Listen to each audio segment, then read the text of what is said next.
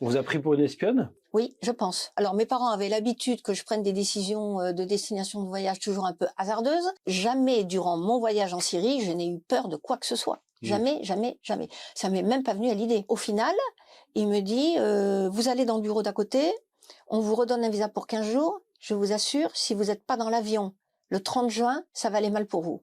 Quand on est dans le désert, les personnes y vont pour des raisons très différentes, se confient très peu. Et ils vont suite à un deuil, pour se retrouver face à elles-mêmes, pour faire le point sur leur vie, pour prier, pour méditer. Certains jeunes au Liban qui se sont un petit peu confiés à moi, et certains m'ont dit qu'ils étaient là pour espérer trouver un sens à leur vie. On ressort pas indemne d'une mission. Chers amis, bienvenue sur la chaîne YouTube de SOS Chrétien d'Orient. Aujourd'hui, c'est un entretien exceptionnel qui s'annonce puisque je suis avec une aventurière. Je suis effectivement avec Florence Delaruelle. Florence Delaruelle, bonjour. Bonjour Jean, merci de me recevoir. Je vous en prie, vous avez plein de choses à nous raconter aujourd'hui. Vous avez été volontaire en Syrie et au Liban. En temps de volontariat chez SOS Chrétien d'Orient, vous avez passé 223 jours. Nous avons fait les calculs. Mais vous avez également fait plein de voyages auparavant. Vous connaissez le Proche-Orient comme votre poche, vous connaissez le monde entier comme votre poche, si j'ose dire. En préparant l'émission, là, il y a un instant, vous m'avez dit que vous faites au moins un voyage par an depuis 40 ans. Donc je pense que vous avez plein de choses à nous raconter. Mais avant que vous rentriez dans le détail, eh bien, j'ai la première question traditionnelle. Oui. Est-ce que vous pouvez vous présenter, tout simplement ? Oui, bien sûr, avec plaisir. Alors, donc j'ai 63 ans. Je suis issue d'une famille de 5 enfants, d'une fratrie de 5 enfants. Mon papa était dans l'armée, donc on a beaucoup voyagé, mais en France. J'ai été élevée dans une famille catholique pratiquante. Et très jeune, j'ai toujours été très attirée par les civilisations orientales. Donc, durant toute ma vie, et l'archéologie, et les vieilles pierres. Et donc durant toute ma vie active professionnelle, j'ai eu déjà des signaux assez curieux qui ont fait que j'ai beaucoup évolué dans des postes, dans des départements qui s'appelaient toujours Moyen-Orient-Afrique. Alors, c'était quoi votre métier ? Alors, j'ai eu plusieurs métiers, on va dire. J'étais toujours dans des grandes sociétés internationales où j'avais ce qu'on pourrait appeler aujourd'hui des postes comme responsable de projet ou assistante commerciale.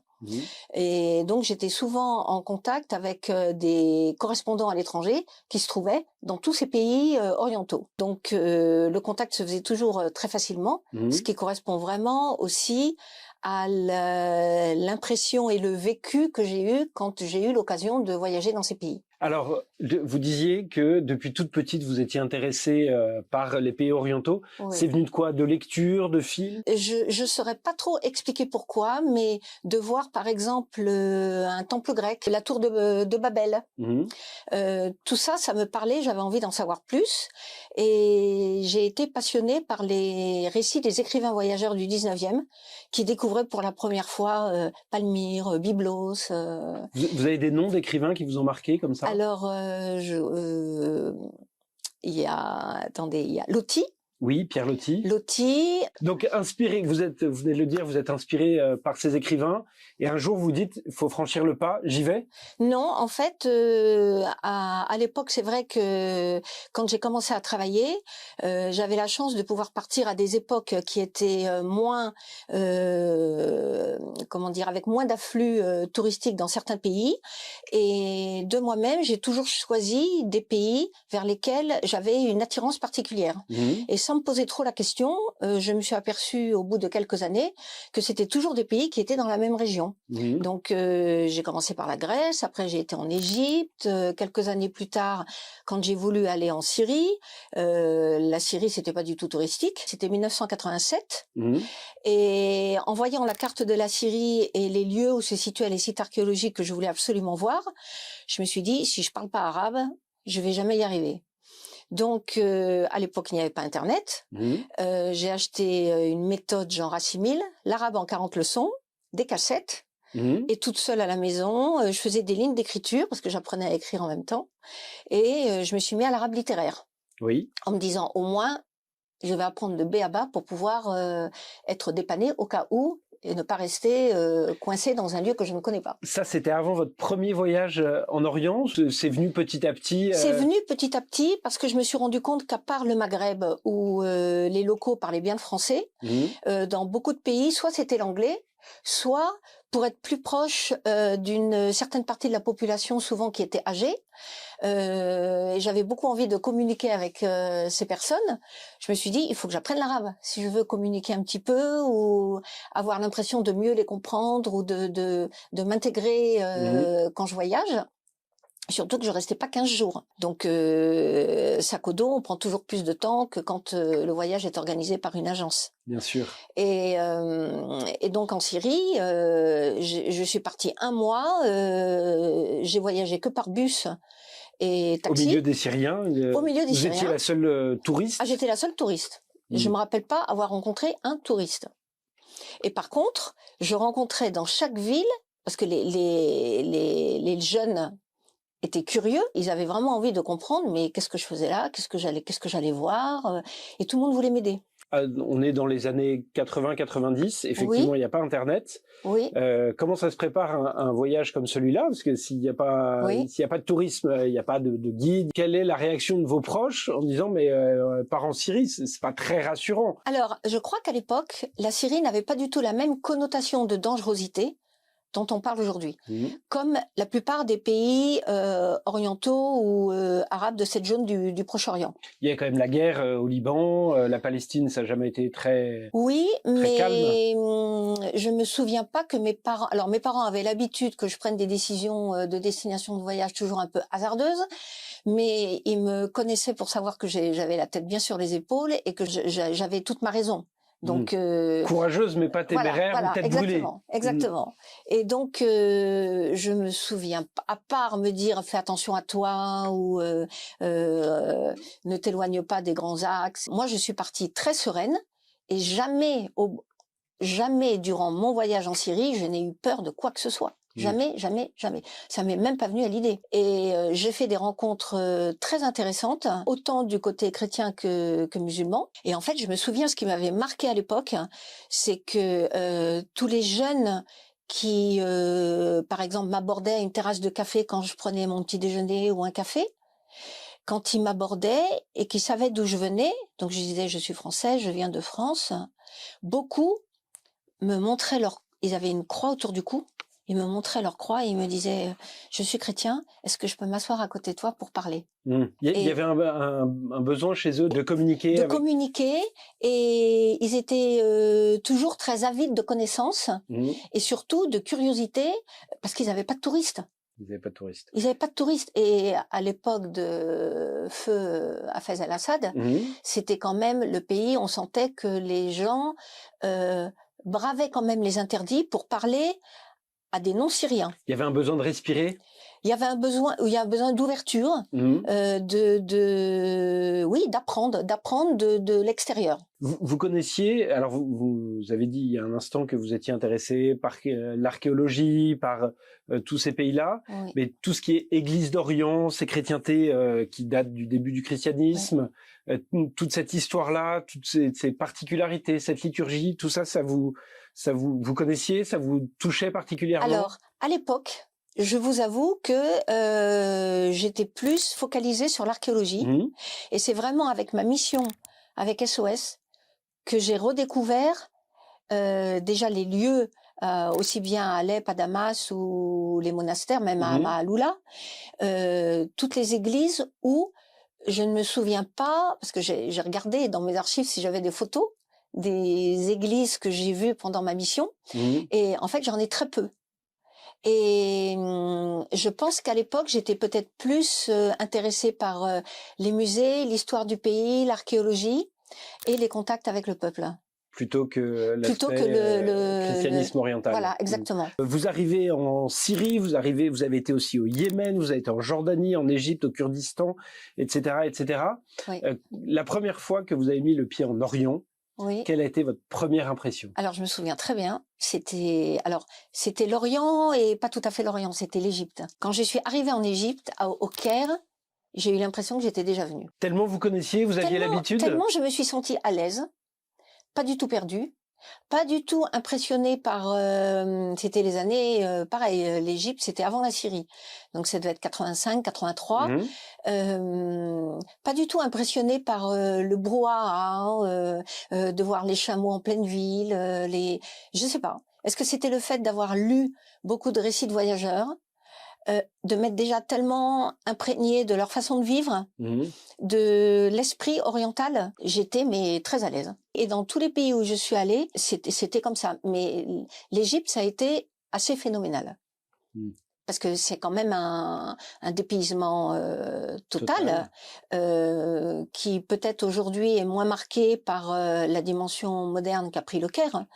Mais à l'époque, l'autoroute, il y avait aussi bien des charrettes avec des ânes et des dromadaires que des gens qui étaient à pied. Enfin, il y avait tout le monde sur les autoroutes qui traversent le Caire. Et j'étais pas... Oui, j'avais l'impression d'être chez moi. C'était très étonnant. Et alors, vous arrivez, et vous le disiez tout à l'heure pour la Syrie, mais ça devait être, l'Égypte est plus touristique, mais ça devait être un peu le cas. Oui. C'était un peu Florence le routard qui débarque avec un sac à dos. Je m'étais fait un programme pour pouvoir être certaine que à peu près tous les sites que je voulais voir étaient faisable de par les distances, les moyens de transport. Et à l'époque, comme vous disiez, il n'y avait pas Internet. La Syrie, il n'y avait même pas de guide du routard. Hein. Donc, en fait, j'avais trouvé un livre qui était quand même touristique, mais qui devait dater des années 70, hein, je pense, qui incluait quand même tous les sites archéologiques à voir. Donc, en fait, c'est à partir de ça qu'avec une carte de la Syrie, avec une carte, je me suis mis des objectifs.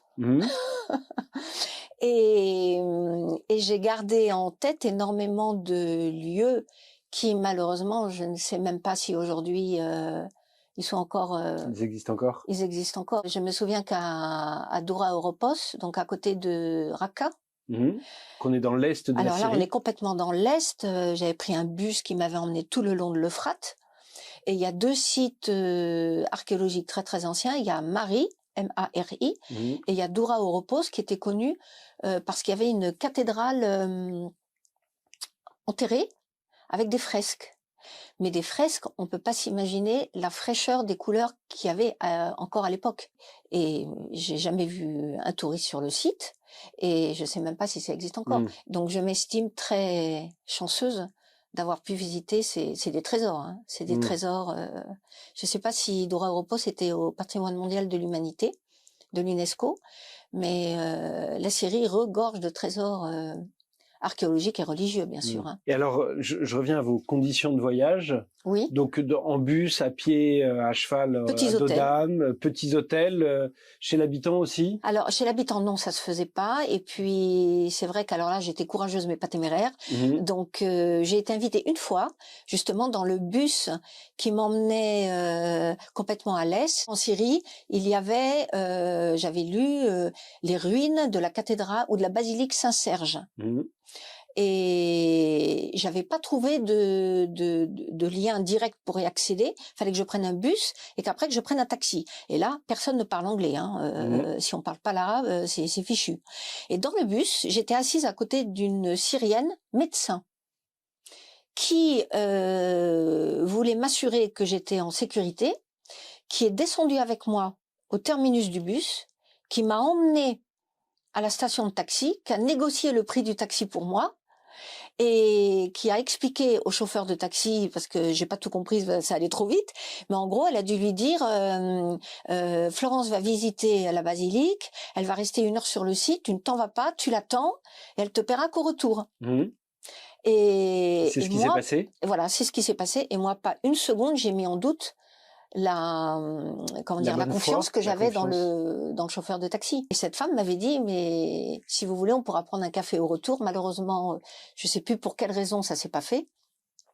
Mais les Syriens sont très chaleureux. Très chaleureux. Alors, dans ce que vous venez de raconter, oui. Vous venez de dire on ne parle pas anglais.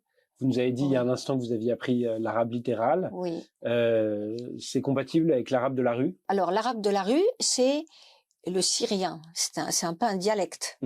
Et en fait, je m'en souvenais pas. Et quand j'étais en mission en Syrie, On avait des cours, je pensais que ça allait être d'arabe littéraire, et en fait c'était des cours de syrien. Et quand notre professeur nous donnait une phrase ou un mot, je lui disais « Ah mais moi j'ai appris comme ça ». Elle me dit « Oui Florence, mais ça c'est l'arabe littéraire, moi je t'apprends le syrien ». Mais dans la rue, ils comprennent. Ils comprennent. Ils comprennent, mais ça les fait sourire, parce que c'est un peu, pas comme si je parle le vieux français, mais c'est un arabe très châtié. Ouais. Donc ça les amuse. Il y en a qui souriaient. Est-ce que dans toutes ces... Tout ce voyage en Syrie au milieu des années 80, Oui. vous avez une ou deux anecdotes à nous raconter qui vous ont plus marqué? Alors, il y en a une qui m'a marqué très fort, parce qu'à l'époque, on pouvait avoir un visa que pour 15 jours. Donc, le 14e jour, il fallait que je sois à Latakia pour renouveler mon visa. Latakia, on est sur la côte ouest. Latakia, on est sur la côte, ouais, la côte ouest. Parce qu'il n'y avait pas des consulats, ou pas des consulats, mais l'administration pour retamponner le passeport dans toutes les villes. On m'a fait passer de bureau en bureau. Je comprenais pas pourquoi, d'un ton assez sec à chaque fois. Et je suis arrivée dans un bureau où là, j'avais un militaire bardé de je sais pas combien d'insignes. J'ai compris que ça allait pas être commode. Et en fait, il m'a posé des tas de questions en me disant, en gros, tel jour, telle heure, vous étiez là. Tel jour, telle heure, vous étiez là. Tel jour, telle heure, vous étiez là. Vous aviez été pisté tout du long? Voilà. Vous faites quoi en Syrie? Alors j'ai expliqué que j'étais touriste, que j'adorais les sites archéologiques, etc. Et en fait, il a trouvé ça suspicieux. On vous a pris pour une espionne? Oui, je pense. Là, vous n'avez pas eu peur? Non, j'étais un peu interloquée et j'étais enfin, pas peur, non. Mais je me suis demandé ce qui m'arrivait. Parce que j'avais rien fait. Et je m'attendais pas à un tel entretien pour refaire un visa de 15 jours. Et en fait, j'abrège la discussion qu'il y avait eu. Au final, il me dit, vous allez dans le bureau d'à côté, on vous redonne un visa pour 15 jours, je vous assure, si vous n'êtes pas dans l'avion le 30 juin, ça va aller mal pour vous. Donc j'ai dit, mais il n'y a pas de problème, je serai dans l'avion le 30 juin. Petit coup de pression. Il m'avait montré mon billet, il m'avait demandé mon billet d'avion, etc., etc. Donc je me suis dit, bah dis donc, ça rigole pas. Et dans les 15 jours qui ont suivi, vous vous êtes rendu compte de qui vous... Non, jamais. Non. Jamais. Jamais. En même temps, s'il n'y a pas de touristes, il peut y avoir un côté un peu surprenant d'avoir quelqu'un qui visite tous ces sites archéologiques. C'est peut-être ça qui leur a mis la puce à l'oreille. Je sais pas. Et vous n'étiez pas espionne? Mais non, j'étais pas du tout espionne. Il y a un côté un peu décevant dans cette affaire. Non, plus sérieusement, vous parlez d'archéologie, ça vous a toujours passionné. Oui. Vous nous avez parlé tout à l'heure de sites du côté de Raqqa, dans l'est de la Syrie. Oui. Parlez-nous un peu des grands sites archéologiques de Syrie que vous avez visités. Je me souviendrai longtemps de ma visite à Palmyre. J'ai eu la chance, je sais plus dans quelles circonstances, sur le site, déjà ça n'existe plus aujourd'hui, sur le site, au milieu du site, il y avait la maison du gardien, du fameux monsieur qui a été lâchement égorgé par Daesh. Et je suppose, parce que j'ai pas noté son nom, mais je suppose que c'est lui que j'ai vu à l'époque. Parce que sur le site, il y avait un tout petit hôtel à côté de cette petite maison. Le seul hôtel dans le coin, c'était le Méridien, qui était dans la ville elle-même de Palmyre. Et moi, j'avais pas les moyens d'avoir une chambre au Méridien. Et donc, je logeais dans ce petit hôtel. Quand j'ouvrais les fenêtres de ma chambre, j'avais vue sur les ruines. Ça me restera à vie. C'était unique, parce que ça n'existe plus aujourd'hui. Et donc, sur le site, il y avait des guides qui étaient passionnés de l'histoire de Palmyre.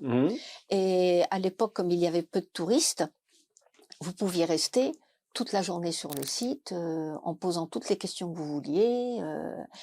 Donc, c'était magnifique, et on découvre la grandeur des civilisations de l'époque de la reine Zénobie, gréco-romain un petit peu, avec tout ce mélange de style gréco-romain, un peu nabatéen. Et alors, il y a les sites sur Palmyre, entre l'Arc de Triomphe avec cette immense colonnade qui existe encore. Donc, si vous allez en Syrie, vous pouvez admirer cette colonnade, même si l'arc n'y est plus, parce qu'il a été dynamité. Et ce qui m'avait subjugué également, c'est il y avait, parce qu'il n'y a plus, des tombeaux funéraires dans lesquels on pouvait rentrer à l'époque, qui correspondaient aux tombeaux des familles les plus aisées de la ville. où il y avait des portraits des dignitaires qui étaient enterrés. Mais c'est d'une finesse, donc on se rend compte de la comment dire, la richesse. de la richesse de cette époque, de la vie qu'il y avait à l'époque à Palmyre. Et on imagine bien, quand on a des guides passionnés, on imagine tout à fait la vie telle qu'elle pouvait être à Palmyre. Ouais. Et donc, on sent un attachement tout particulier à la Syrie. Ouais. Des années 80 jusqu'en 2013, vous n'êtes pas retourné en Syrie? J'ai jamais eu l'occasion d'y retourner, mais j'ai suivi avec terreur tout ce qui s'était passé depuis 2013. Et j'ai été particulièrement marquée quand justement à la création de SOS Chrétiens d'Orient, la première destination de Benjamin et Charles était d'aller à Maaloula. Tout à fait. Ouais. Et ça m'a vraiment émue parce que Maaloula, j'y avais été. Donc je me souvenais très bien de ce petit village blotti dans un fer à cheval et on comprend pourquoi les habitants ont pas pu échapper et ont fait ce qu'ils pouvaient pour se défendre. Donc alors on fait un saut dans le temps parce que des années 80 en Syrie, puis après bon la vie continue. Alors vous faites d'autres voyages certainement aussi en Orient. Oui. La Jordanie. Des sites archéologiques aussi, plus touristiques sans doute que la Syrie des années 80. Beaucoup plus touristique, mais tout aussi impressionnant. En raison de l'histoire, de la route de l'encens, qui allait jusqu'à la Terre Sainte, qui est passée par Pétra, et on découvre maintenant qu'elle passait aussi par l'Arabie Saoudite, tout le long de la côte. Donc c'est. Et là aussi sac au dos, des bus. Non, alors la Jordanie, j'y suis allée une fois sac au dos, et les autres fois pour faire de la randonnée dans des lieux plus, on va dire, désertiques, parce que je suis aussi une passionnée de désert. Là, j'étais dans des petits groupes. Oui. Dans des petits groupes pour pas me perdre et pour être sûr de voir le maximum de ce qu'il y avait à voir de façon intéressante. Qu'est-ce que vous lui trouvez au désert? Alors le désert, c'est pareil. Je sais pas pourquoi j'ai cette fascination. Moi, je suis pas trop mer ni montagne, mais dans le désert, c'est pareil. Je me sens dans mon univers. J'aime le silence. J'aime ces grands espaces qui incitent vraiment à la méditation. C'est assez unique. On se retrouve vraiment tout petit par rapport à cet océan de dunes ou ces constellations, le ciel, quand on dort dehors comme ça, la belle étoile. Et j'y suis allée souvent durant ma vie professionnelle active, parce qu'en fait, dans les 15 dernières années de ma vie active professionnelle, comme dans beaucoup d'entreprises internationales, il y avait beaucoup de pression. Et mon échappatoire, c'était 10 jours ou 15 jours à marcher dans le désert. Et ça me ressourçait complètement. Le fait d'être dans un environnement sain, le silence, on se sent pas obligé de parler aux autres personnes du groupe. On découvre une façon de vivre, mais toute simple, vraiment toute simple. Et il y a vraiment un choc à la fois quand on y arrive et quand on revient dans son quotidien. Mais ça a permis de se laver un peu de tout ce qu'on vit dans notre train-train quotidien. Alors après, le choc est toujours brutal quand on revient. Il y a un côté un peu retraite quand on va dans le désert? Alors, ça peut être retraite. Je sais que j'ai rencontré... en fait, chacun, quand on est dans des petits groupes, on se rend compte que par rapport à des voyages lambda, quand on est dans le désert, les personnes y vont pour des raisons très différentes, se confient très peu, et ils vont suite à un deuil, pour se retrouver face à elles-mêmes, pour faire le point sur leur vie, pour prier, pour méditer. Donc j'ai trouvé qu'il y avait aussi beaucoup plus de respect par rapport à l'autre quand on est dans le désert en petit groupe que quand on est dans des petits voyages même à 10, 12, où la symbiose et l'ambiance dans les groupes n'est pas du tout la même. On est toujours accompagné par soit des Touaregs, soit des Bédouins, soit des nomades, qui ont toujours eu une vie simple, qui sont à milieu de ce tourbillon effervescent dans lequel on vit. et qui sont très heureux et qui quelque part ont une façon de vivre qu'on pourrait envier. Alors, j'entends bien ce que vous dites, mais que on peut avoir une vie simple, que le désert, c'est le calme, la solitude, le respect, etc. Mais le désert, c'est aussi une chaleur écrasante, les nuits glaciales, c'est se perdre dans le désert, c'est la soif, donc il n'y a pas que des aspects positifs au désert. Il n'y a pas que des aspects positifs, mais quand vous discutez avec les guides ou quand en tant que randonneur on y est, on vous apprend à gérer tout ça. Donc par exemple, on part jamais sans eau, on part jamais dans le désert au mois de juillet ou au mois d'août, donc les saisons sont bien démarquées pour éviter que les touristes tombent en syncope. Et les nuits glaciales, ça dépend des saisons où l'on va, ou dans quel pays où l'on est, par rapport à l'équateur. Mais je trouve que c'est supportable, nettement supportable par rapport à la beauté de ce qu'on découvre tous les jours. C'est plus supportable que le métro parisien? Ah oui. Sans aucun doute. Alors, après ces expériences, ces expériences de désert, tout d'un coup, vous découvrez, vous venez de le dire, l'association SOS Chrétien d'Orient. Comment ça vient? Alors, je découvre pas tout d'un coup. En fait, je découvre grâce à mes parents. Mes parents étaient généreux donateurs de SOS et je voyais régulièrement la newsletter, les petits journaux, etc., etc. Donc très vite, je me suis abonnée.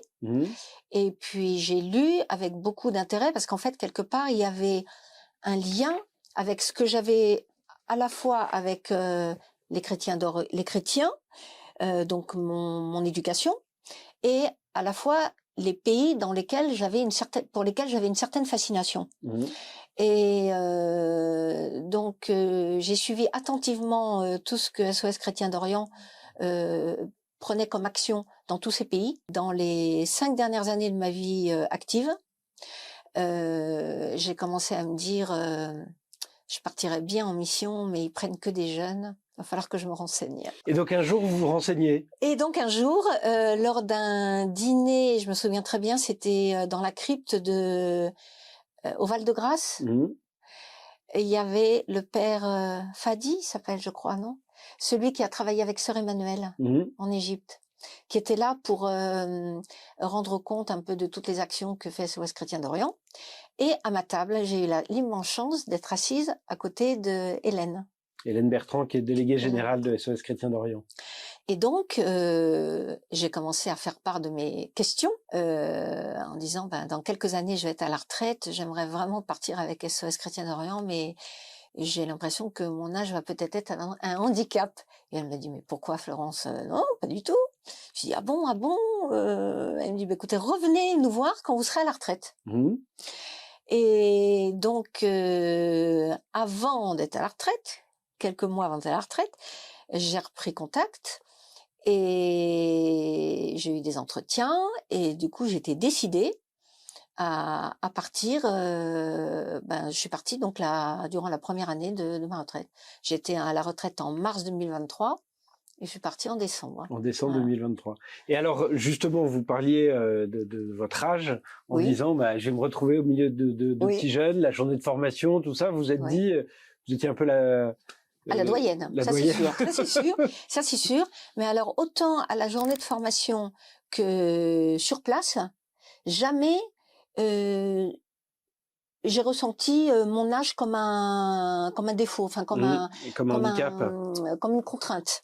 Déjà, il y avait énormément de points évoqués durant la journée de formation qui étaient pour moi des points de bon sens, par exemple sur la sécurité, etc., etc.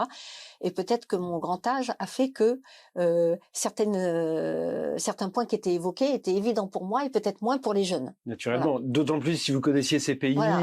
Je me disais, c'est normal, c'est normal. Et en Syrie, ça a été la même chose. J'ai eu la chance d'être avec des jeunes qui étaient très, très, très matures et avec qui je me suis super bien entendue. Alors, il faut dire que je n'ai pas d'enfants, mais j'ai 16 ou 17 neveux et nièces. Donc, je côtoie les jeunes assez facilement. Et en général, je suis très à l'aise. Et alors, vous arrivez en Syrie, on est au mois de, vous venez de le dire, décembre 2023. Ouais. Et là, c'est un peu une nouvelle Syrie que vous redécouvrez. Est-ce que vous avez eu ce choc que vous aviez, ou ce choc, ou cette première impression que vous aviez eue la dernière fois? Est-ce qu'il y avait beaucoup de différences? Est-ce que c'était vraiment un autre pays? Quelle a été un peu votre réaction? Quels sont vos sentiments quand vous arrivez en Syrie? Alors, déjà, la différence, c'est qu'à l'époque, il y avait des vols directs pour arriver à Damas et à Alep. Donc, à l'époque, j'avais pris un avion. Là, on passe la frontière en taxi. Donc, depuis le Liban. Depuis le Liban. Donc, on a beau être rassuré par tout ce qu'on vous dit à Beyrouth avec SOS Chrétien d'Orient, on est quand même seul dans le taxi à passer la frontière terrestre. Donc, j'appréhendais pas, j'espérais juste qu'il n'y ait pas de quiproquo ou que ça se passe bien. Et effectivement, ça s'est très bien passé. Et quand j'ai réalisé que j'étais à Damas, là, j'ai eu une émotion particulière parce que tout de suite, je me suis transposée en 87 et ça a été plus flagrant quand je me suis retrouvée dans la vieille ville, là où en fait je devais avoir mon hôtel à l'époque où j'étais touriste et là où SOS Chrétien d'Orient avait une maison. Donc on logeait dans le quartier chrétien et le quartier que j'ai dû parcourir de long en large. Vous avez reconnu? Il y avait plus de 30 ans. Alors j'ai reconnu certains endroits par les noms, par l'architecture aussi, mais après c'est tout. C'est vrai que la mémoire fait un peu défaut. La mémoire fait défaut ou la Syrie avait changé en 30 ans? Dans la vieille ville, il n'y avait pas trop de destruction et je pense que vraiment, quand on voit l'architecture, les maisons encore anciennes, je pense que rien n'a changé. Par contre, dès qu'on est un peu sur l'équivalent du périphérique, là on voit les destructions d'immeubles entiers. Dans le quartier chrétien, on voyait on était à l'approche de Noël là, donc on voyait des milices qui protégeaient visiblement les quartiers, qui sont très discrètes et donc ça rassure et c'est pas pour autant qu'on se sent en insécurité. Les commerçants, le quartier est assez. On a l'habitude de circuler de par les activités quand on est à pied, on circule dans le même quartier. Donc il y a des commerçants qui nous reconnaissent ou qui nous disent bonjour. Donc on se sent en sécurité dans le quartier. Vous arrivez là, première impression de la Syrie, vous venez de le dire, première impression de la mission, les volontaires, les activités.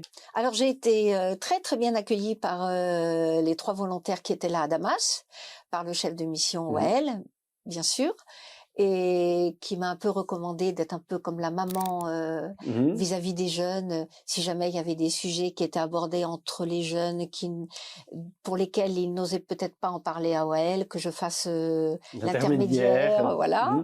Et j'ai trouvé ça très touchant.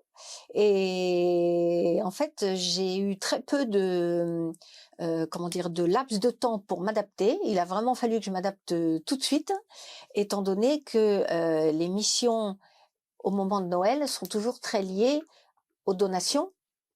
Donc ça impliquait qu'on empaquette énormément de vêtements pour différentes donations qu'on faisait les jours suivants. Donc vous avez été plongé dans le bain directement. Et voilà, pas de temps de repos, pas de temps de repos. Donc c'était d'autant mieux.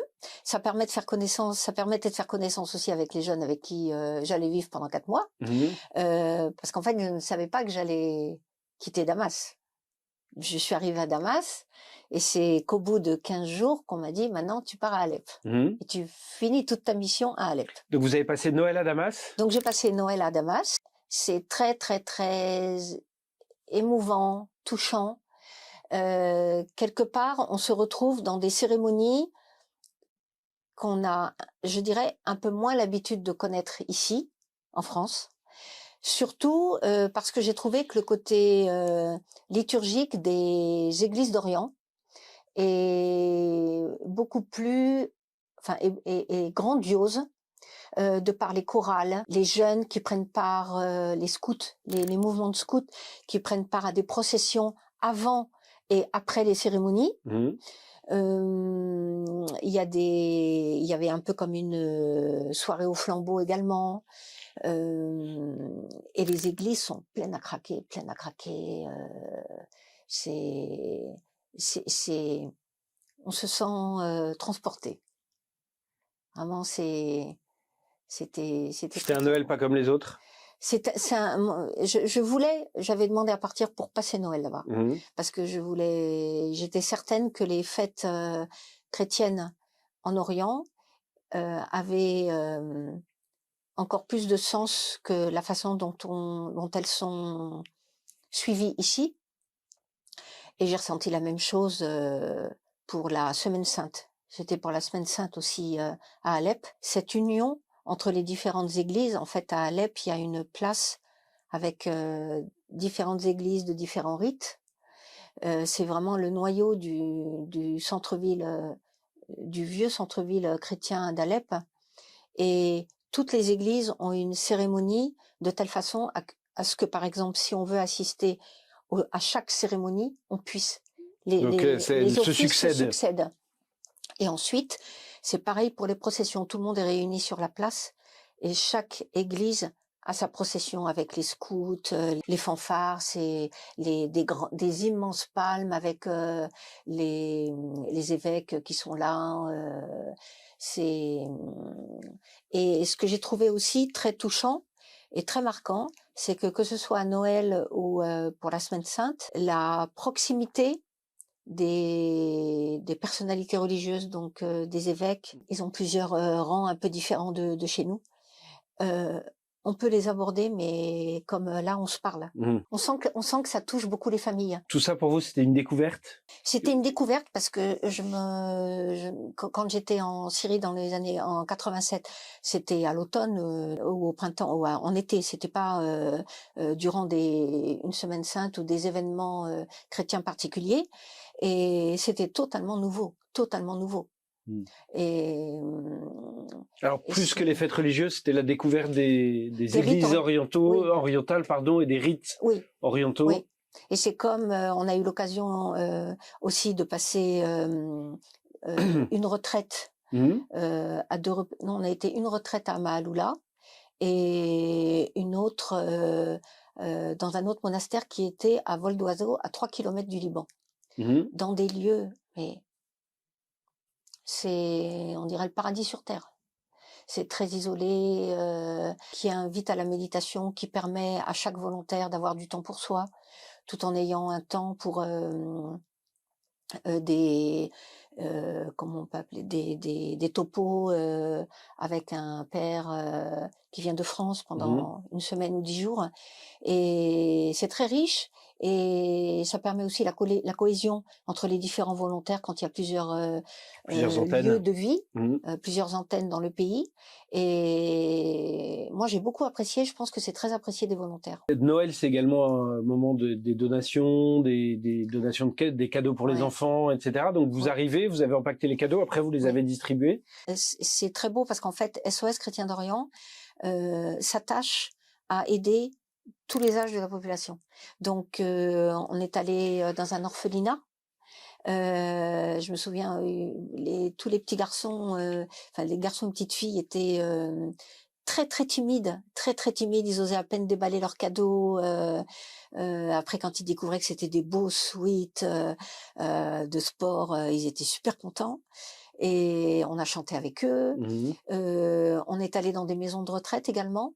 Donc là, cette population a eu la chance. C'est un peu comme l'âge de mes parents. C'était l'époque du protectorat en Syrie. Donc ils parlaient français. Donc on a la chance de pouvoir échanger directement, sans intermédiaire de volontaires syriens. Avec ces personnes qui n'ont qu'une envie, c'est parler français, vous racontent un peu leur vie, Mmh.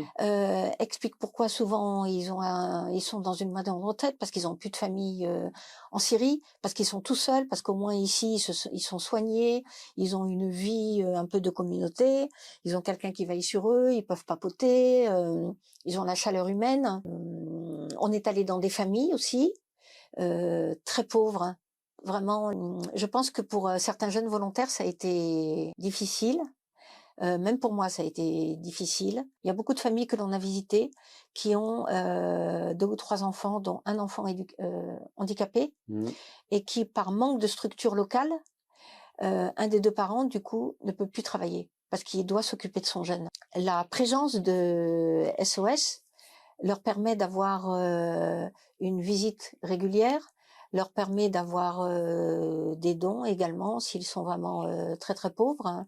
Et en fait, on sent qu'ils sont très très très reconnaissants aux volontaires, à SOS, d'être présents. Et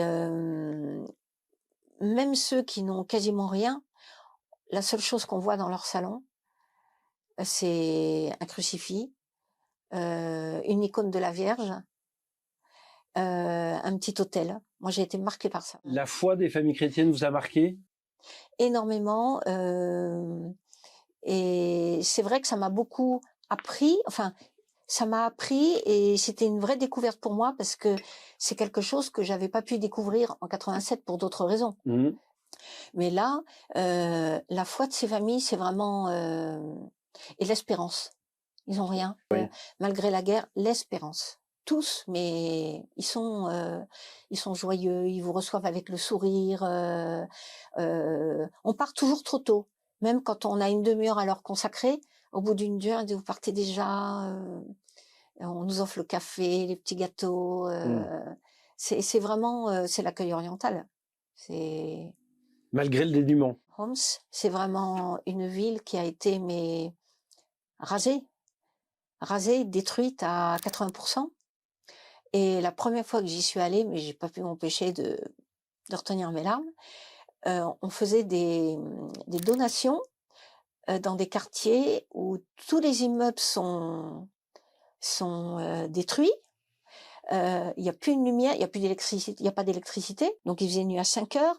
Il y a plus de nom de rue Mmh. parce que donc en fait les personnes, en fait c'est les gens vivent encore en se connaissant par quartier. Donc on se fie à des petites loupiottes que l'on peut voir dans certains immeubles. On se demande mais comment une famille peut vivre là-haut? Mmh. On a l'impression qu'il y a plus rien, qu'il y a même plus d'escalier pour mener à l'étage. Et en fait, on espère toujours croiser quelqu'un dans la rue qui va vous dire la famille untel, vous connaissez? Non, non. La famille untel, vous connaissez? Et puis on voit une petite lumière, on nous dit c'est là-haut, je crois. Et c'est la seule famille qui reste dans l'immeuble. Mmh. On vous sent encore ému quand vous en parlez? Oui, parce que ça m'a beaucoup émue. Ça m'a vraiment beaucoup émue. On imagine, enfin quand on est avec elle, on imagine même après, on imagine le quotidien de ces familles. Comment ils arrivent à vivre dans ce dénuement complet avec cette foi. En Mmh. fait, la foi les fait tenir. Et alors, dans ces cas-là, que peut un brave volontaire, avec toute la bonne volonté du monde, que peut-il pour Eh ben, tous ces gens? je pense que, en fait, le fait de rendre visite à ces familles de façon régulière, ils sentent une présence, ils savent que on ne les oublie pas, que SOS Chrétien d'Orient ne les oublie pas. Et même s'ils voient passer différents volontaires qui se succèdent les uns les autres, il y a toujours une présence. Et moi, il y a une famille qui m'a beaucoup marquée à Homs. Ils avaient 2 enfants, 2 adolescents, et leur dernière était une handicapée, mais très très très handicapée, qui était un peu comme une poupée de chiffon. Mmh. Et que la maman a portée et a installée sur le canapé à côté de moi. Et elle entendait, mais elle peut pas parler. Elle pouvait pas parler et elle peut pas bouger. Et donc je parlais avec la maman, j'essayais de comprendre comment elle arrivait à vivre avec sa fille, s'il y avait par exemple des exercices de kiné qui étaient faits, des choses comme ça. Et en fait, à un moment donné, j'ai senti comme quelque chose qui me touchait tout doucement. Et en fait, c'est la jeune fille qui est à côté de moi, qui avait 13 ans, 14 ans, qui en fait essayait petit à petit de déplacer son bras comme ça pour me toucher, et qui m'a touchée.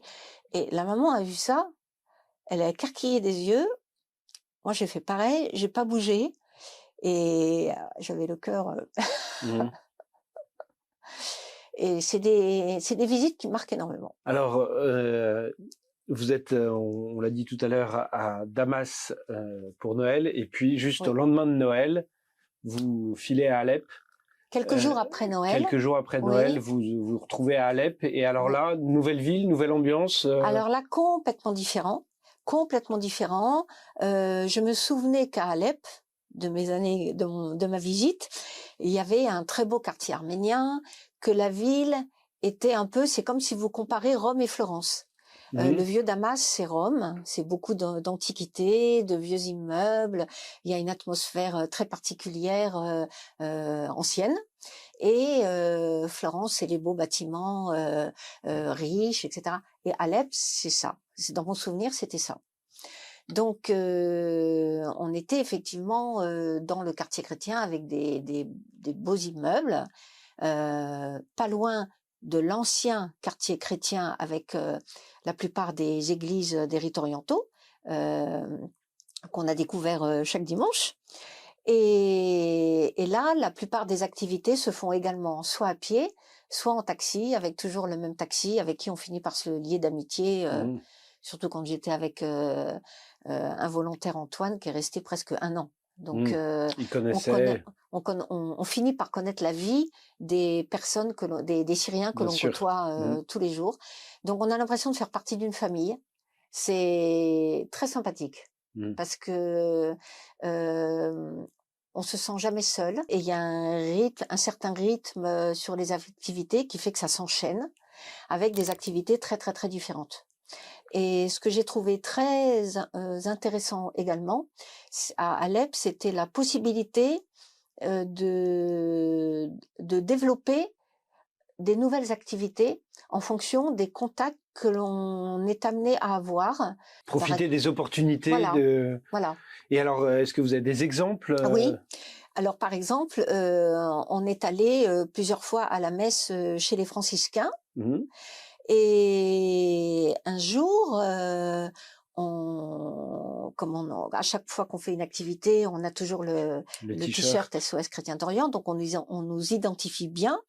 Et SOS Chrétien d'Orient était la seule, la seule association française présente en Syrie. Donc, dans le quartier où on évolue, pour nos différentes activités, on nous connaît. Et chez les franciscains, on a été un jour est venu vers nous à la fin d'une messe, je dirais un peu l'équivalent du sacristain. Et qui nous a dit: ah mais ça, qu'est-ce que vous faites, qu'est-ce que c'est SOS Chrétien d'Orient, est-ce qu'on pourrait prendre un café, etc., etc. Et au fur et à mesure de la conversation, on leur a dit, en leur expliquant les raisons pour lesquelles nous étions là, on leur a dit: mais en quoi est-ce qu'on pourrait vous aider, qu'est-ce que vous faites au quotidien pour les fidèles de la paroisse, etc. Et donc suite à ça, on a développé 3 activités, c'est-à-dire qu'ils nous ont proposé de les aider à faire des cierges, à faire des hosties et à distribuer des repas aux nécessiteux dans un centre très bien aménagé en face de la paroisse, où il y a une vingtaine de bénévoles qui travaillent aux cuisines. Et donc, on a ajouté dans notre agenda ces 3 activités. Et c'était incroyable l'engouement de ces bénévoles syriens qui travaillent pour la paroisse, qui vous racontent leur vie, parce qu'on voyait toujours les mêmes. Donc au quotidien, ils nous demandaient. Moi surtout, j'étais très questionnée, parce qu'en fait, ils avaient l'habitude de voir des jeunes. Mais alors moi, on me disait: mais Florence, mais pourquoi t'es là? Pourquoi t'es là? Et alors, je peux te demander quel âge tu as? Et ils étaient très curieux, très curieux. Vous découvrez Alep, vous venez de nous parler de ce que vous faisiez là-bas. La ville avait quand même beaucoup souffert de la guerre. Oui. Vous l'avez reconnu par rapport à Alep, à part les quartiers qu'on vient d'évoquer? Alors j'ai reconnu les quartiers qui étaient ce qu'on appelait en zone orange, c'est-à-dire où on devait être accompagné d'un volontaire syrien parce que hors de notre zone immédiate. Et c'était les quartiers qui étaient à l'époque les quartiers touristiques autour de la citadelle et des souks. Et là, j'étais médusée de voir l'état des souks. Plus rien, plus rien. L'état des souks, en fait, toute cette zone se trouve dans la zone à forte majorité chiite et a été énormément bombardée. Donc, c'est vrai que on a du mal à réaliser quand on vous dit Alep est détruit. C'est vraiment des quartiers très précis qui correspondent à des zones de combat très identifiées. Mais on voit bien quand c'est détruit, c'est vraiment, mais c'est rasé, c'est vraiment rasé. Il y avait quand même des endroits où il y avait des pelleteuses qui étaient là pour araser, déblayer. Après, je sais pas ce qu'ils font. Est-ce qu'ils reconstruisent? Je sais pas. Mais dans le quartier proche où on vivait, le fait d'y être resté pendant 3 mois, tous les jours, on avait, quand on allait au centre éducatif de SOS, on avait notre chemin tout tracé par les mêmes rues. Et on a vu l'évolution en 3 mois d'un immeuble qui était éventré sur un côté, mais en fait, on voyait l'intérieur de chaque étage. Quand je suis repartie, on voyait plus rien. Ouais. Tout avait été reconstruit. Vous venez de parler du centre éducatif de SOS Chrétien d'Orient à Alep, centre éducatif qui existe toujours, qui est toujours en activité aujourd'hui en Syrie, alors sans volontaires français, enfin sans volontaires du tout d'ailleurs, mais avec nos équipes syriennes. Je suis ravie de le savoir. Hein, alors, est-ce que vous pouvez nous parler de ce centre? Oui. Qu'est-ce qu'on y fait? Qu'est-ce que vous y avez fait? Oui. Alors j'étais ravie de découvrir ce centre et j'ai mesuré à quel point toutes les activités qui étaient proposées étaient importantes pour les jeunes et les adultes. Donc en fait, j'ai côtoyé, il y avait des cours de musique. Qui existent toujours aussi. Ah oui. J'ai rencontré des petits prodiges et des professeurs qui sont dévoués à leurs élèves. Mais ça faisait vraiment plaisir à voir. Donc il y avait du kanoun, du piano, de la guitare, du violon. Il y avait un petit prodige de 8 ans. Du piano, de la guitare, du violon, tout le monde sait ce que c'est. Du kanoun. Alors le kanoun, c'est un instrument à plat. Alors il y a le kanoun arménien qui se tient sur les genoux, comme ça, à plat. Et il y a le kanoun syrien qui a une base avec un pied. Et ça se joue avec 2 doigts. Enfin, ça a l'air. C'est un instrument à cordes? C'est un instrument à cordes, oui. Ça fait un son magnifique. Magnifique. Magnifique. Donc, des cours de musique, des prodiges? Cours de musique. Alors, j'ai visité la salle qui était en train d'être finalisée pour les futurs élèves de tailleurs de pierre. Ô combien activités nécessaires quand on voit l'état de la Syrie et le nombre de bâtiments qu'il faudrait reconstruire avec certaines normes architecturales et autres. J'ai trouvé que c'était une excellente idée. Et je pense qu'il y a beaucoup de jeunes qui vont se porter volontaires pour cette activité. Et il y a des cours de français pour adultes avec 2 professeurs, Katia et Rita, avec lesquels je suis toujours en contact. J'ai vraiment eu pour ce centre éducatif une affection particulière. J'ai vraiment tissé des liens très forts avec soit des élèves, soit les professeurs. Et en fait, Katia et Rita m'ont donné l'occasion soit d'assister à des cours, soit de participer, parce qu'elles avaient remarqué que leurs élèves, la plupart adultes, étaient moins timides, tellement elles étaient curieuses de me poser des questions à moi, que de parler ou d'essayer d'expliquer leur vie ou de pratiquer le français en parlant à leurs professeurs. Donc, de temps en temps, Katia et moi, on disait, bon, on va parler de ça aujourd'hui. Florence, est-ce que tu veux poser des questions ou est-ce que les élèves te posent des questions? Donc, ça a été très riche parce que à la fin de ma mission, Katia a reconnu que les élèves avaient fait beaucoup de progrès, surtout dans l'abstraction de la timidité à s'exprimer. Tout ça grâce à vous. À s'exprimer, même à faire des fautes. Parce que je disais souvent, c'est pas grave si tu fais des fautes, parle. Et on a même un jour tourné, on m'a proposé avec les élèves, parce qu'elles étaient demandeurs, de tourner une petite vidéo à l'extérieur du centre. On s'était mis dans un petit parc à côté, et chacune devait dire qu'est-ce que représentait la Syrie pour elle. Et donc, il fallait qu'elle le dise en français. Donc, elles se sont prêtées au jeu. Elles étaient toutes volontaires. Donc, elles se sont prêtées au jeu et elles ont adoré. Vous restez donc 3 mois à Alep. Donc, on a bien vu les cours de français, les donations, vos activités. Est-ce que vous avez circulé aussi un peu dans le pays? Oui, alors, une fois par mois. Alors, c'est vrai que la plupart des activités sont peuvent être éprouvantes. De par ce qu'on voit, de par les familles qu'on rencontre. Donc, une fois par mois, le chef de mission essaye avec tous les accords de sécurité qu'il faut, essaye de trouver un endroit pour nous faire un petit peu de tourisme. Et on essaye à ce moment-là de réunir les différentes antennes pour que tous les volontaires se retrouvent. Et alors, donc j'ai été 2 fois à Maaloula. J'ai eu cette chance. On a été aussi sur la côte au sud de Latakié. On a été à côté de Tartous. Il y a un château sur la ville de Banias. Et alors c'est là qu'on voit que le tourisme est au point mort, parce qu'il y avait un château à visiter. On nous avait assuré qu'il était ouvert. En fait, on a attendu une demi-heure. La personne qui soi-disant avait les clés n'est jamais venue. Donc en fait, on a eu une belle vue. Et on a pu admirer les ruines du château. Et alors un autre week-end, là, jusqu'à la veille du week-end, j'ai croisé les doigts en disant j'espère que ça va pas être annulé. On nous a dit qu'on allait aller à Palmyre. Je me suis dit non, c'est pas possible, Palmyre. Et quand j'ai entendu vous allez aller à Palmyre, j'ai retenu mon souffle jusqu'à ce qu'on soit à Palmyre. Et je ne savais pas quoi m'attendre, parce qu'en fait j'avais bien sûr vu les vidéos des exactions, de ce qui s'était passé sur place, mais j'avais gardé un tel souvenir de tous les différents endroits que j'avais vus. Je me suis dit dans quel état je vais retrouver Palmyre. Et alors pour quelqu'un qui n'y est jamais allé, c'est quand même toujours merveilleux. C'est vraiment un site unique en Orient.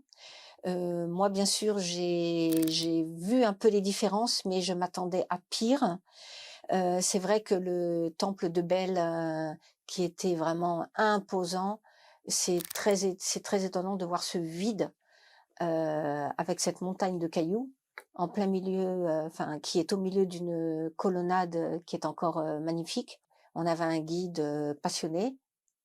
Et les tours funéraires, malheureusement, il n'en existe plus. Il y a comme des immenses, comme s'il y avait eu des bombes qui ont explosé, qui ont tout fait voler en éclats. Et alors, ce qui m'a éberlué aussi, c'est le musée.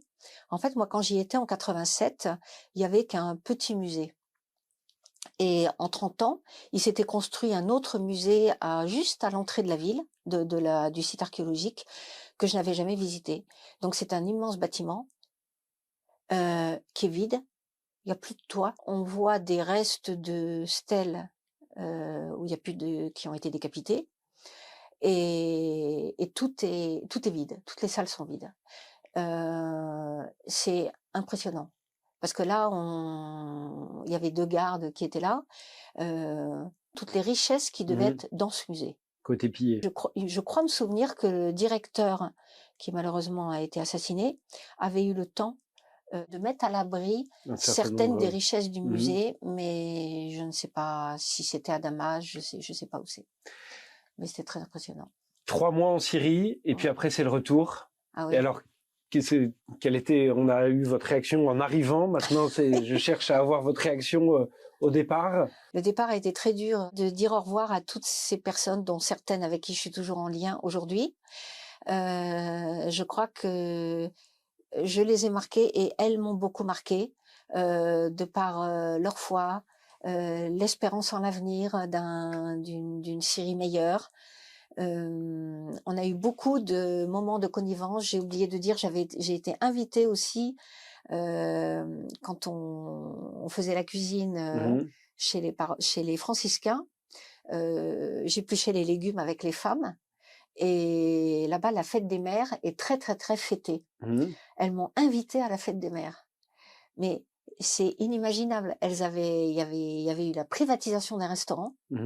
C'était que des femmes, hein, des grands-mères, des petites filles. Et moi, elle m'avait réservé la place de chef dans une table où il y avait toutes ces personnes que je connaissais. Il y avait le repas. Après, tout le monde dansait. Mais c'était une ambiance de folie. Et je me disais, mais je vis ça à Alep, jamais je vais revivre ça. Donc, le départ, j'ai vécu vraiment des choses très fortes. Et le départ a été très difficile. Vraiment difficile. J'ai pas vu les 4 mois passer. Je me suis pas ennuyée une seconde. Et si je peux revenir, je reviendrai. Et donc, vous rentrez au mois d'avril. Oui, et là, alors, de mars, pardon, fin mars 2024. Ouais. Et là, une sorte de grand vide? Alors, pas le grand vide, parce que je pense que mes voyages précédents, même si c'était un contexte très différent, le fait que j'écrive aussi un journal de bord, ça me permettait aussi de coucher par écrit toutes mes émotions, tout ce que je vivais au quotidien. Le retour a été, difficile là-bas de quitter toutes ces personnes. Mais je savais que, je dirais pas que c'était qu'un au revoir, mais je savais que si j'avais l'opportunité d'y revenir, je reviendrais. Que ça soit en tant que touriste ou avec, si je pouvais, ou avec SOS. Le retour ici, je pensais qu'à une chose, témoigner. Et donc vous avez témoigné? Donc j'ai témoigné avec bonheur. J'ai témoigné pour SOS dans le cadre pour essayer de recruter d'autres volontaires.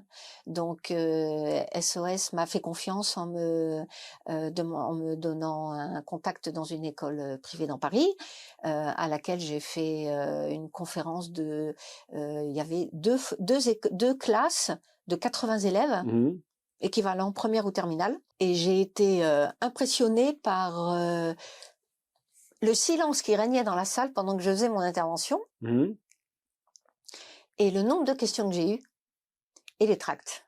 Ils m'ont tous pris des petits dépliants, là, des petits flyers pour se renseigner. Vous avez semé, mais vous ne voyez pas la récolte. Voilà, exactement, exactement. Et puis, autour de moi, je voulais vraiment, vraiment témoigner pour démystifier ce qu'était la Syrie.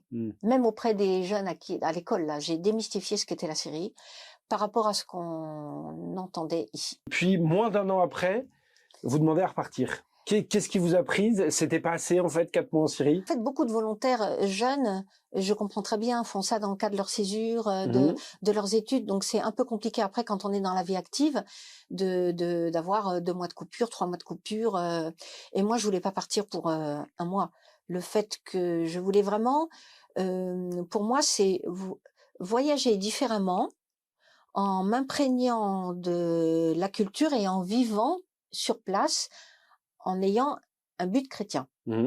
Et donc, je savais que c'était pas, si SOS avait été content de moi, je savais que c'était pas la seule mission que j'allais faire.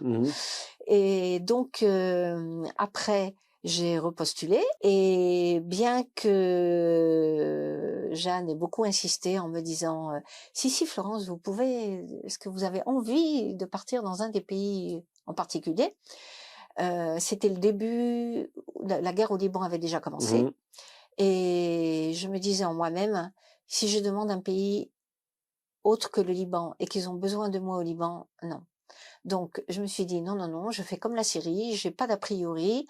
Vous m'envoyez où vous avez envie de m'envoyer. Voilà. Et donc on m'a dit vous partez au Liban. Vous aviez pas envie de partir au Liban? Si. Si. J'y étais déjà allée. Oui. Alors là, dans le cadre un peu de mon travail et tourisme.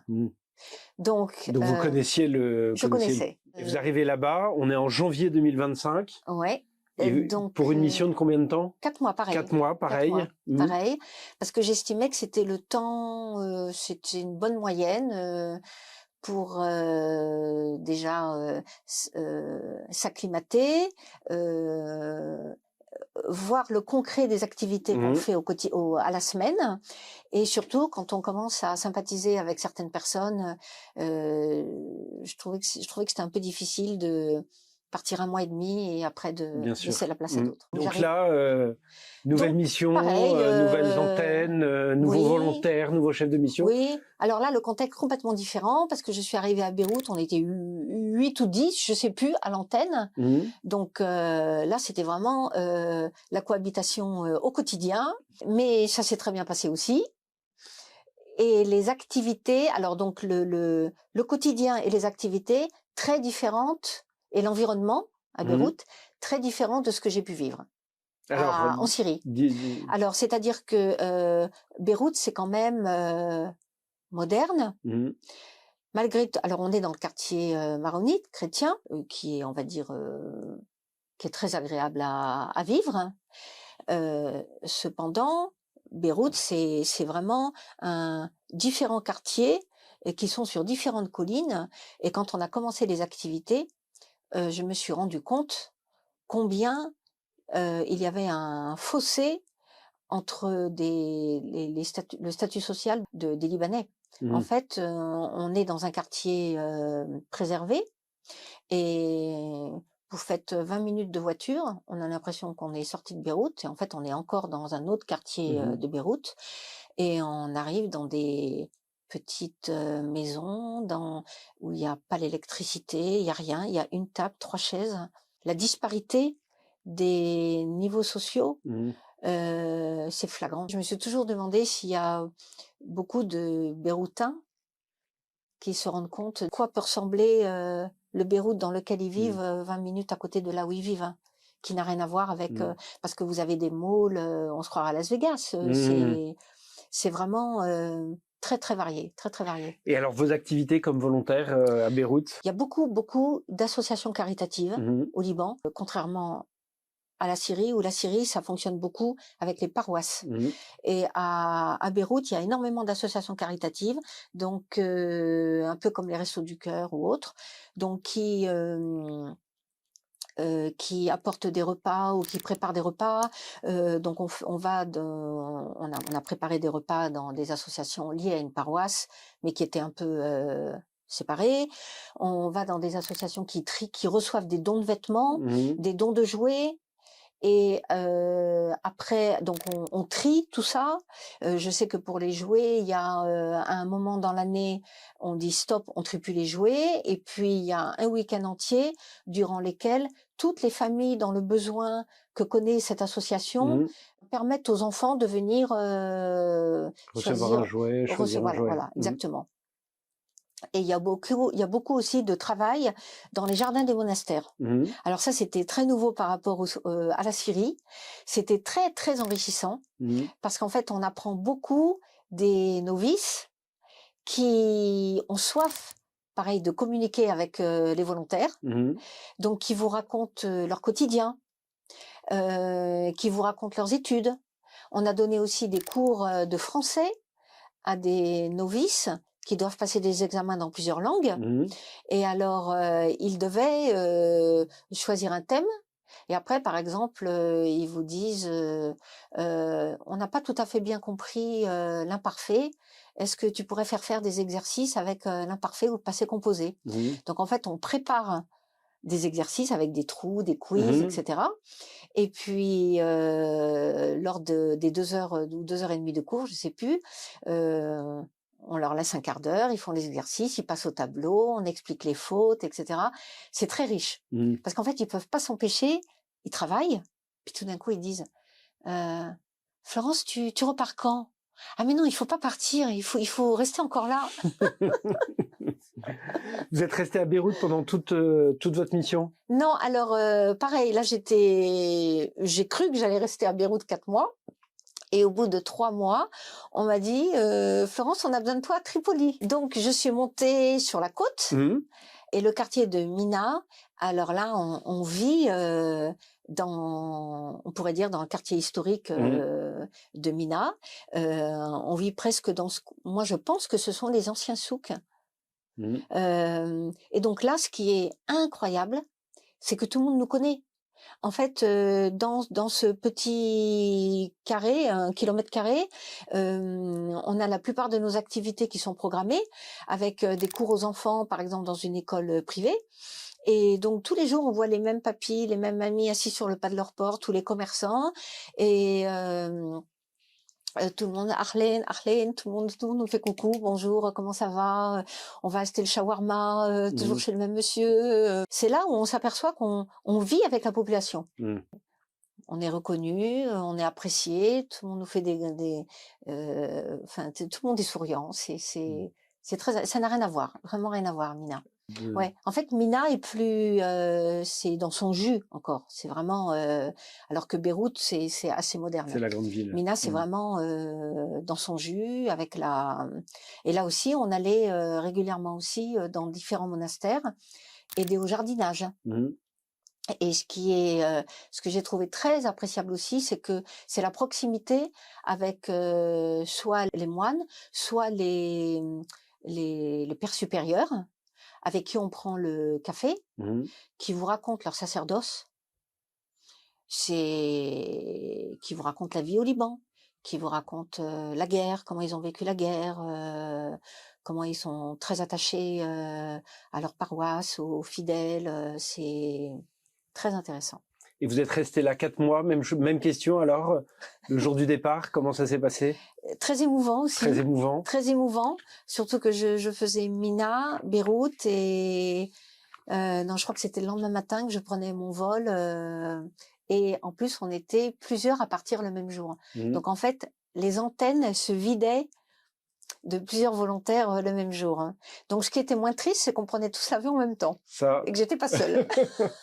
Et alors, est-ce qu'il y aura une 3e mission? Oui. Je ne sais pas quand, j'espère à moyen terme. Et je choisirai. Le virus a pris?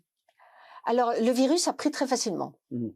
Très facilement, mais je pense que c'est lié à mon bagage personnel, à mes affinités avec les chrétiens d'Orient, avec l'Orient, avec tous ces pays que je connais assez bien et pour lesquels j'ai toujours eu une affection que je sais pas expliquer. Alors, vous l'avez dit tout à l'heure, oui. Vous l'avez rapidement évoqué. Depuis tous vos voyages, vous tenez des carnets de bord. Alors, à quoi ressemble un carnet de bord d'une aventurière, d'une voyageuse comme vous? C'est assez incroyable parce que je n'écris pas en dehors de mes voyages. Je ne me suis jamais considérée comme ayant la plume facile. Et j'ai l'impression que quand je suis ailleurs, ça coule très facilement. Et donc, et c'est un besoin. C'est un besoin que j'ai toujours ressenti depuis mon premier voyage personnel à sac à dos ou aussi autant avec les missions de SOS. Et j'y tenais d'autant plus avec SOS que je faisais tellement de choses différentes, d'activités différentes, j'ai rencontré tellement de personnes attachantes et il y avait des moments quand même assez difficiles psychologiquement que j'avais ce besoin d'écrire parce qu'en plus étant la doyenne, je trouvais, enfin c'était pas forcément évident de se confier sur certains sujets à des jeunes qui étaient peut-être encore peut-être un peu plus pas perturbés mais qui étaient peut-être encore plus émus que moi et qui n'osaient pas m'en parler. Donc ça m'a aidé quelquefois dans certaines situations à surmonter pas la tristesse, mais quelquefois un peu la tristesse par rapport à l'émotion, voilà, que je ressentais. La vie en communauté était importante aussi. C'était bien.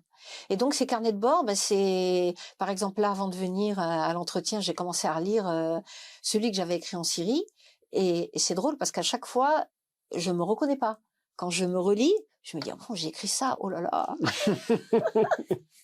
Et donc vous replongez de temps en temps dans tout cela? Alors ça m'est arrivé, surtout dans certains pays où je sais que j'aurais du mal aujourd'hui à y retourner pour différentes raisons. Et je me dis, oh là là, qu'est-ce que j'ai fait à l'époque? Mais c'était dingue quand même, c'était dingue. Vous êtes revenu, peut-être en attendant, on l'a entendu. Un troisième départ. La troisième, jamais 203, hein, c'est un proverbe. Qu'est-ce que vous diriez à quelqu'un qui veut être volontaire chez SOS Chrétien d'Orient ou qui hésite à être volontaire?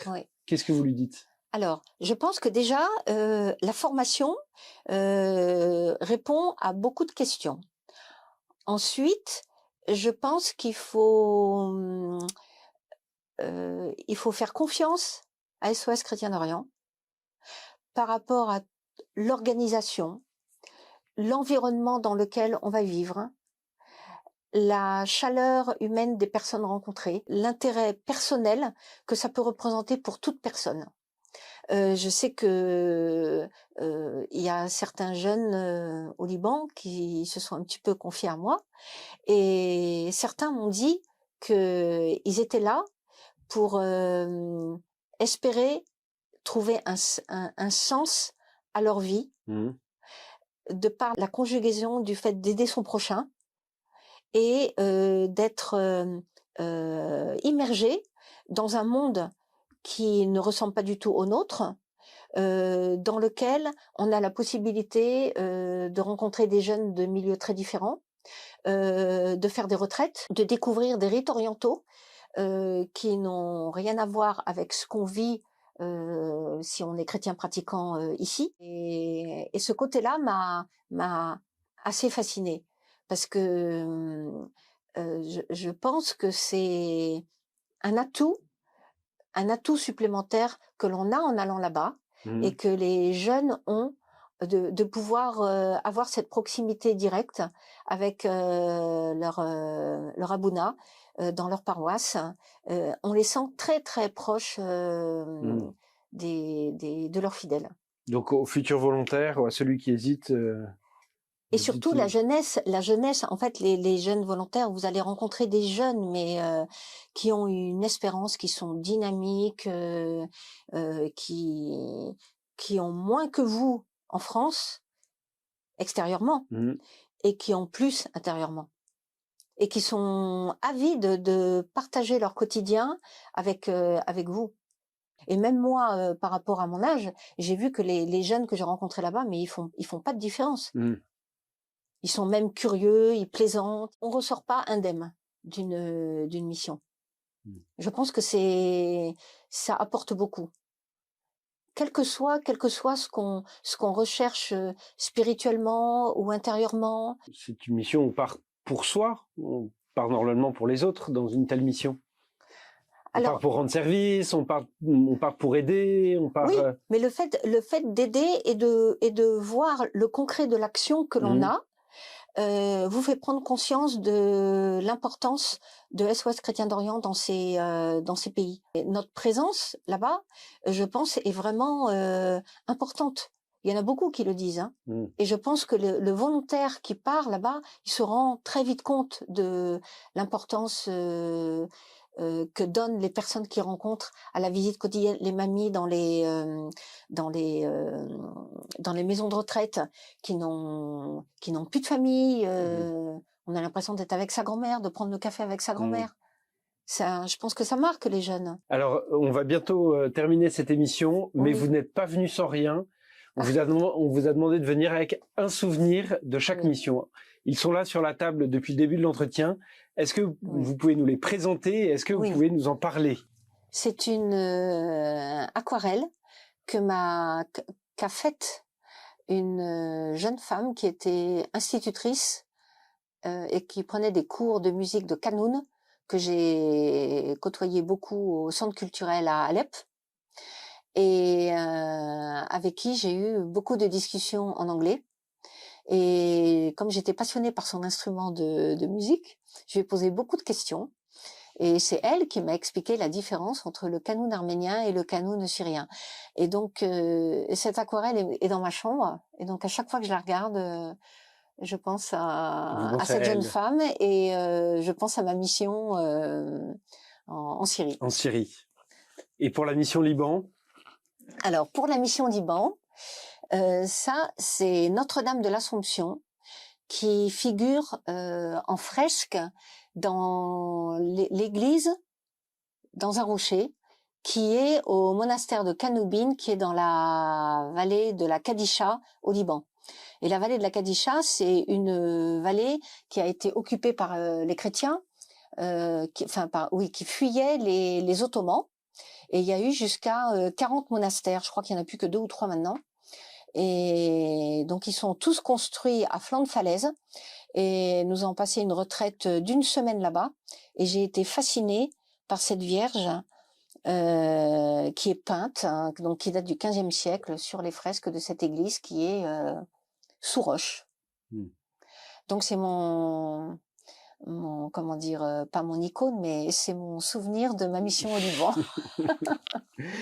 Florence, merci beaucoup pour toutes ces explications, pour ce beau témoignage. Avec plaisir. Le témoignage de quelqu'un qui a voyagé dans tout l'Orient et qui, à la fin, au lieu de voyager, a été servir dans l'émission de SOS Chrétiens d'Orient. Vraiment, merci beaucoup pour ce témoignage. Avec plaisir. Et chers amis, eh bien, nous nous retrouvons très prochainement pour un nouvel entretien. Merci beaucoup.